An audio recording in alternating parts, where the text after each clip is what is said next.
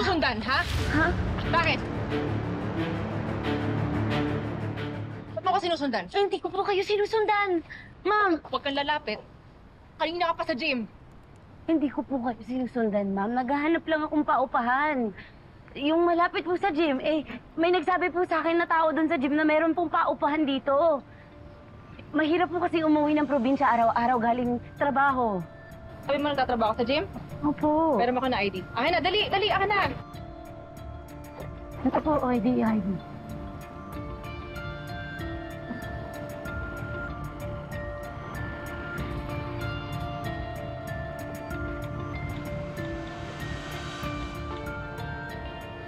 Hello?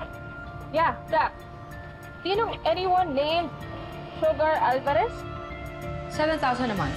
Kasama na tubig, kuryente, wifi, 2 months advance, 2 months deposit. Mahal naman pala po kung discount.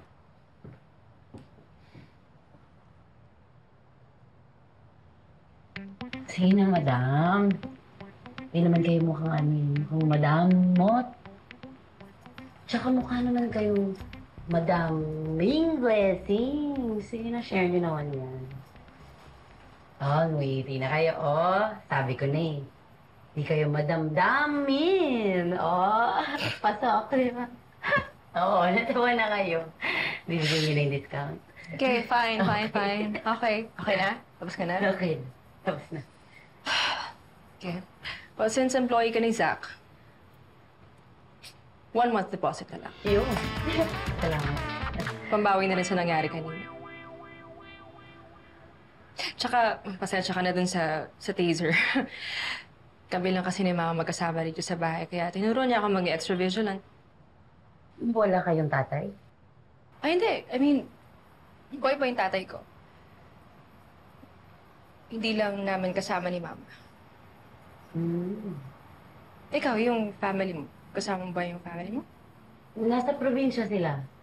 Yung papa ko security guard yun. Tapos si mama nagbabantay dun sa bunso kong kapatid kasi kaka first year college pa lang niya. Kaya nakaasa din talaga sila sa akin. Hindi ako pwedeng pumalpak sa misyon ko dito.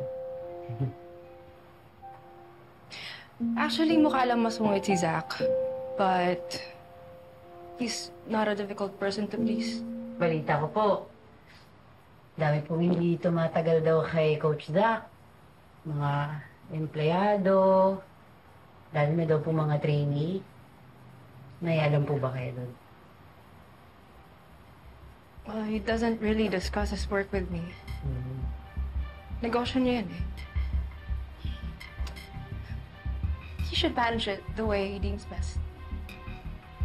And since magiging housemates na tayo, I will tell you Zach's biggest secret. Ano po yun? He loves strawberry pancakes. Coach Zach, may papatikim ako sa inyo.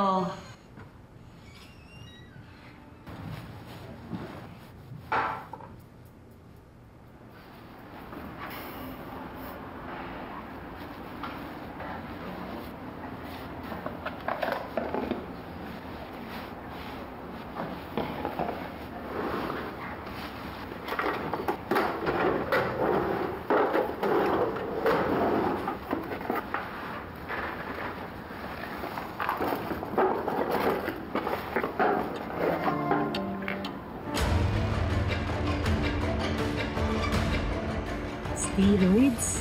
It's all natural. Steroids are for losers. Hindi ako sinali sa lineup dahil ayokong uminom ng steroids. Pinipilit niyo yung mga trainees niyo na uminom ng steroids. Walang solid na ebidensya. Ito, kanina ko pa kasi gusto ibigay sa'yo ito eh. Isa sa'yo, isa sa amin. Mahalaga na ingatan mo yan, ha? Kasi pagka namimiss mo kami, tignan mo lang yan, parang kasama mo na rin kami.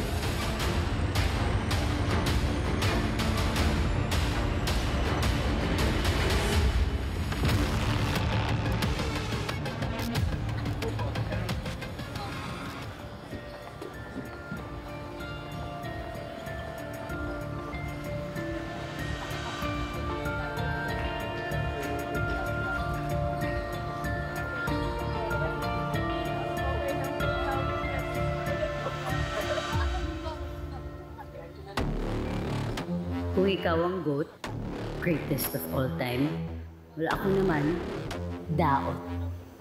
D-A-O-T.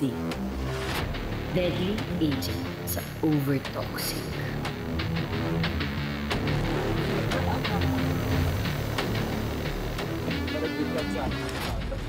Sarap talaga mga harap, no? Hindi yun pangarap. Future natin yun. Kasalanan mo, te. Kasalanan mo. Ipilit mo siya parate para matupad yung pangarap mo. Anong hustisya? Hindi kailangan ng hustisya ng kuya mo. Hindi! Anong kailangan niyo pa? Sige, sabihin niyo na lang sa akin. Patayin mo yung lintik na coach na yon.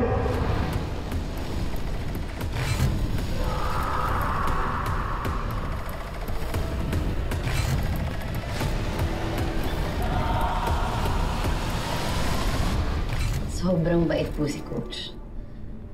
Wala akong masabi sa kanya. Madali siyang katrabaho.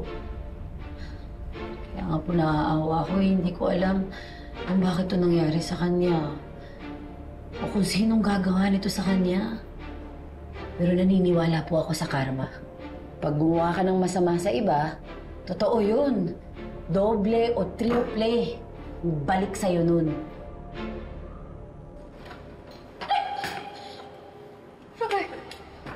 Sugar, what happened?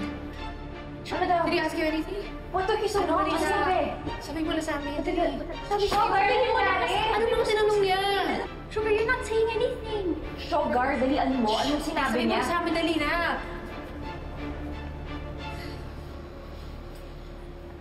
Sino susunod?